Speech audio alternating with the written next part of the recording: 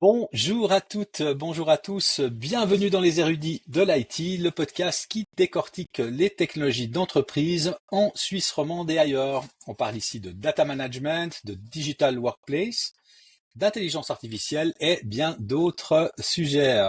Je suis Julien Grandjean, account manager et business developer chez Sonio et surtout geek de la première heure. Aujourd'hui, on s'intéresse à un acteur qui a littéralement changé la donne dans le monde du stockage, c'est Pure Storage. Depuis 2009, ils ont pris le pari audacieux de tout miser sur le 100% flash et pour ça, on a un invité en la personne de Franck Moreau de la société Pure Storage, bien évidemment. Je suis très heureux d'accueillir Franck avec lequel j'ai beaucoup de plaisir à travailler. Bonjour Franck, bienvenue sur le podcast. Bonjour Julien, merci beaucoup. Donc je suis Franck Moreau, je suis commercial en fait chez Pure Storage. Euh, Ça fait 6 ans que je suis chez Pure Storage et je m'occupe de la Suisse romande avec 3 personnes qui complètent l'équipe. On est 4 en tout.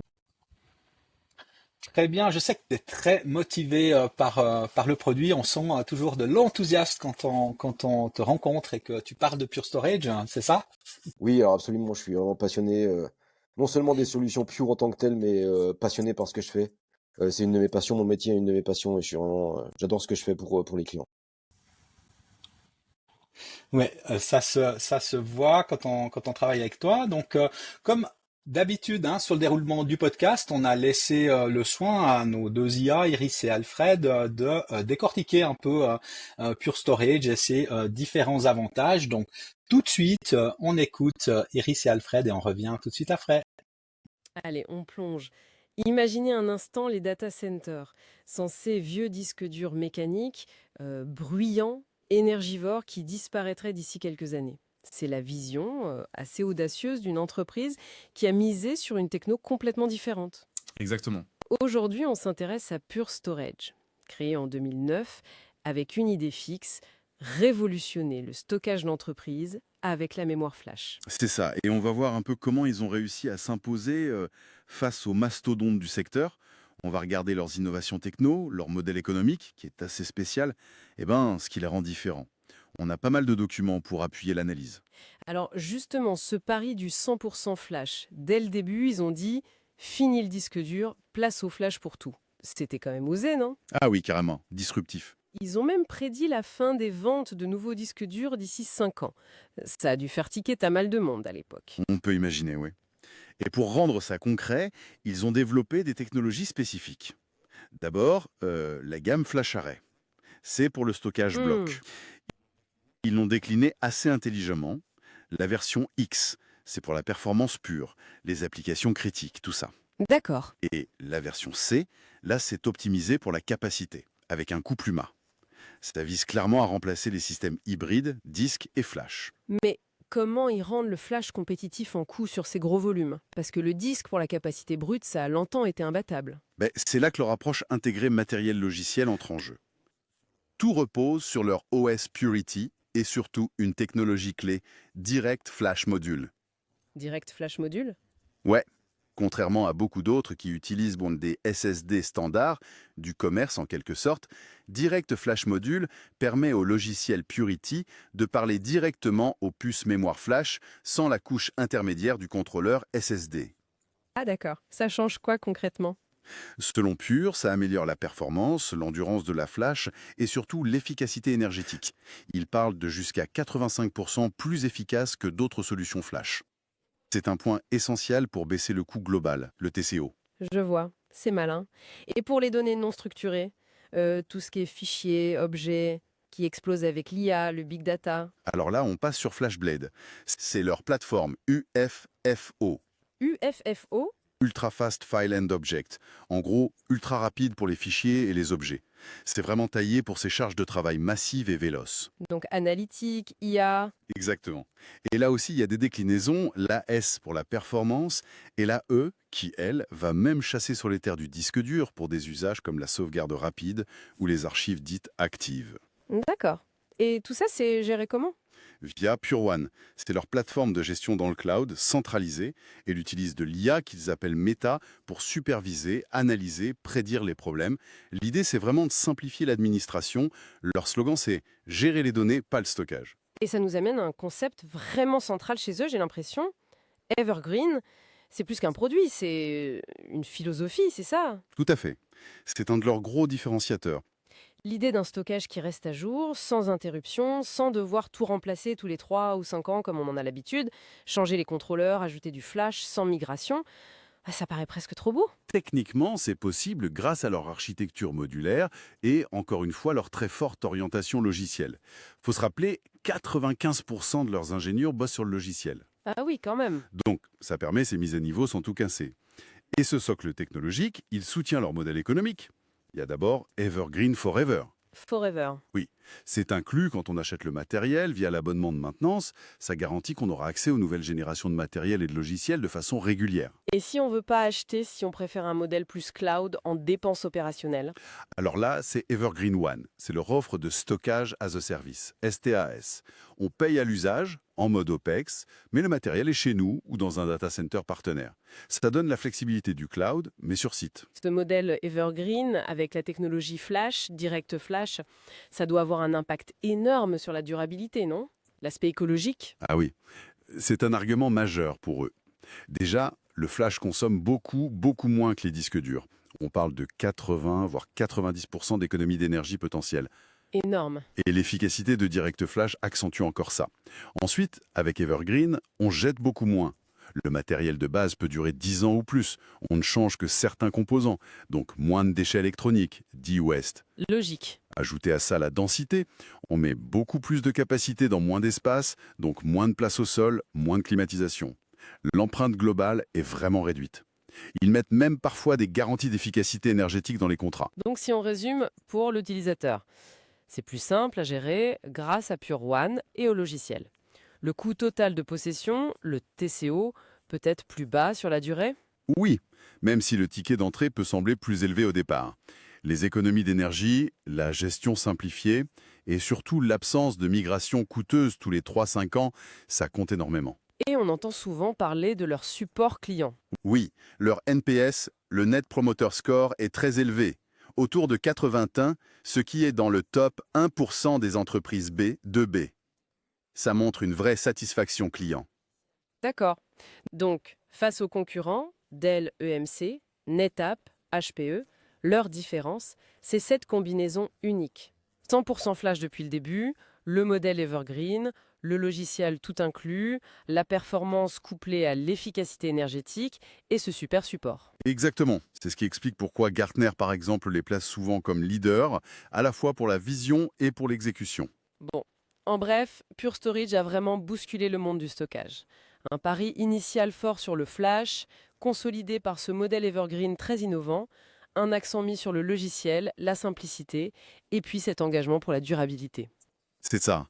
Ils offrent une alternative qui est cohérente, évolutive et bien adaptée aux besoins actuels, comme l'IA, tout en promettant une expérience client et un TCO avantageux sur le long terme.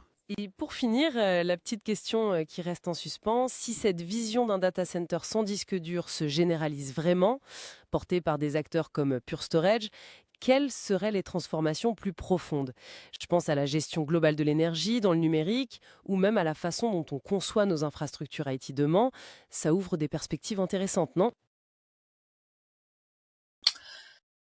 Voilà, merci Iris, merci Alfred pour ces éclaircissements. C'était très percutant, comme d'habitude. On va maintenant rentrer un peu plus en détail dans le sujet avec Franck. Alors Franck, à une époque où le disque dur était roi, Pure Storage a osé miser sur le tout flash. Pourquoi ce choix et surtout qu'est-ce qui a permis d'en faire un succès durable? Oui, en fait, c'était une évidence pour nos fondateurs, John Colgrove, alias Coz et John Hayes, que le Flash en fait était l'avenir pour les futures plateformes de données du marché. Mais en fait, au-delà du Flash, c'est notre software qui a été conçu pour écrire uniquement sur du Flash. Et c'est vraiment ça qui fait la différence en fait, car en fait Pure Storage en fait une entreprise de software.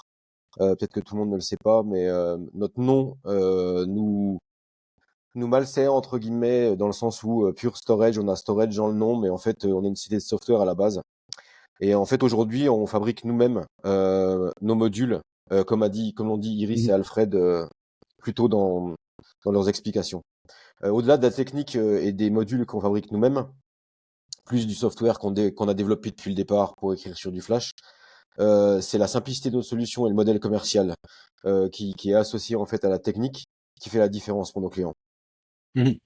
Donc là, on parle de modèle commercial. C'est quelque chose que j'aime bien. Ça s'appelle Evergreen. Hein, donc, c'est vraiment un différenciateur. Donc, en quoi est-ce qu'il change la vie des directeurs de l'information et comment il s'intègre dans une stratégie durable? Alors en fait, nos clients, grâce au modèle Evergreen, en fait, bénéficient de la fin de l'obsolescence de leur plateforme de données. Euh, je prends un exemple pour ça. En fait, imagine qu'on roule sur l'autoroute et que le constructeur automobile de la voiture, en fait, vient remplacer le moteur sans qu'on ait à s'arrêter et sans qu'on ralentisse, en fait, sur l'autoroute. Et après, on repart avec un moteur neuf pour les 3 prochaines années. Bah, c'est exactement ce qu'on fait quand on change, en fait, les contrôleurs, donc le cerveau de nos machines. Mhm. Et on change aussi les modules flash sur nos plateformes à leur obsolescence. Tout ça a en fait un prix flat dans le temps et pour 3 années consécutives. Ça permet à nos clients d'avoir les dernières avancées technologiques en fait au niveau de la technique, au niveau de nos plateformes, et éviter en fait d'avoir des migrations à effectuer généralement tous les 5 ans. Mhm. Enfin, lors des upgrades, on reprend en fait tous les composants de la plateforme qu'on a remplacés et on les recycle. On a d'ailleurs un Mhm. document ESG qui est en français sur Internet qui explique très bien comment Pure gère de A à Z en fait le recyclage de nos solutions, aussi bien sur la logistique que le support et justement sur la partie du modèle Evergreen. Oui, on mettra ce document d'ailleurs dans les notes de l'émission. C'est quoi la durée moyenne d'un client qui va partir sur un modèle Evergreen? Alors aujourd'hui, la plateforme, quand un client fait l'acquisition en fait d'une plateforme, en fait, sur les 9 années en fait pendant lesquelles il va utiliser la plateforme, si on est dans le modèle Evergreen Forever, donc on a le remplacement en fait de 2 fois des Mhm. contrôleurs. Et donc du coup, la plateforme continue dans le temps. Si jamais le châssis, par exemple, est end of support, ben, on va changer le support de manière inclue dans la partie Evergreen Forever. Et comment ça se passe en termes de capacité? Si tout à coup la capacité, j'ai besoin de plus de capacité, comment ça se passe? Alors en fait, ce qui se passe, c'est que nos clients ne rachètent jamais en fait de capacité. C'est-à-dire à partir du moment où ils ont acheté, je sais pas, une certaine quantité de capacité et qu'ils veulent upgrader, ben, en fait, ils Mhm. vont acheter que la différence entre ce qu'ils ont acheté au départ et plus l'upgrade. Donc typiquement, s'ils ont acheté 100 Tera et qu'ils veulent passer à 150 Tera, ils payeront que 50 Tera. D'accord, ouais. Ouais, ça c'est Ils n'ont vraiment un pas à modèle. remplacer Mhm. tous les modules de la machine. Ok. Peut-être une question. Aujourd'hui, le cloud hybride et l'IA transforme la façon dont on gère la donnée. Comment Pure Storage accompagne-t-il ses clients dans cette transition? Notamment, on a noté Portworx et Cloud Block Store. Oui, alors aujourd'hui c'est vraiment la tendance du marché par rapport à la partie de l'hybridation en fait des data centers de nos clients de leur IT en général. Donc en fait, si on va aujourd'hui dans le marketplace de AWS ou d'Azure, Cloud Block Store, pardon, qu'on vient de renommer d'ailleurs en Pure Storage Cloud Dedicated, euh, est disponible comme une application à installer dans les environnements des clients dans le cloud public. En Mhm. fait, ce qu'on a fait, c'est qu'on a virtualisé l'operating system qui tourne sur nos plateformes physiques on-premise et on l'a intégré virtuellement dans Amazon et Azure. Mhm. Ça permet à nos clients d'interconnecter en fait leurs data centers qui sont on-premise vers une baie virtuelle dans le cloud et en fait de bénéficier de tous les avantages des solutions Pure Storage. Entre autres, la réduction de données qui Oui. permet de faire des économies en fait de stockage au niveau d'AWS et d'Azure. Bah, du coup, nos clients, ils ont une solution hybride et peuvent faire véhiculer de la donnée entre les Mhm. clouds publics, les hyperscalers et leur Ouais. infrastructure on-premise. Ça, c'est pour la partie Cloud Block Store au niveau des clouds publics. En complément de cela, puisque la partie Kubernetes arrive, enfin, est déjà sur le marché et en pleine accélération, il y a 3 ans et demi en arrière, on a racheté une société qui s'appelle Portworx, qu'on a intégré en fait dans nos solutions, et qui est en quelque sorte un super CSI qui permet la gestion du stockage persistant des containers, aussi Mhm. bien on-premise que dans le cloud public. Donc du coup, toujours en mode hybride, pour pouvoir avoir la donnée qui véhicule entre le cloud public et les infrastructures on-premise. À titre d'exemple, en fait, la marque Audi automobile, toujours l'automobile, nous a fait confiance par rapport à Portworx et ils l'ont implémenté dans AWS. Et Oui. ça leur a permis en fait d'économiser 60% des coûts du stockage dans AWS. Ouais. Dans ce cas précis, si on prend Audi, Portworx permet en fait le sizing automatique du stockage en fonction des besoins des applications métiers du constructeur. C'est-à-dire, en fait, le constructeur n'a plus à provisionner manuellement ou à surprovisionner, c'est ce qu'il faisait avant, la Mhm. capacité de stockage dans Amazon. C'est Ouais. Portworx qui s'occupe de manière automatique à sizer vers le haut ou vers le bas la capacité du Ouais. stockage. Ok. Voilà en deux mots ce que font ces deux solutions-là.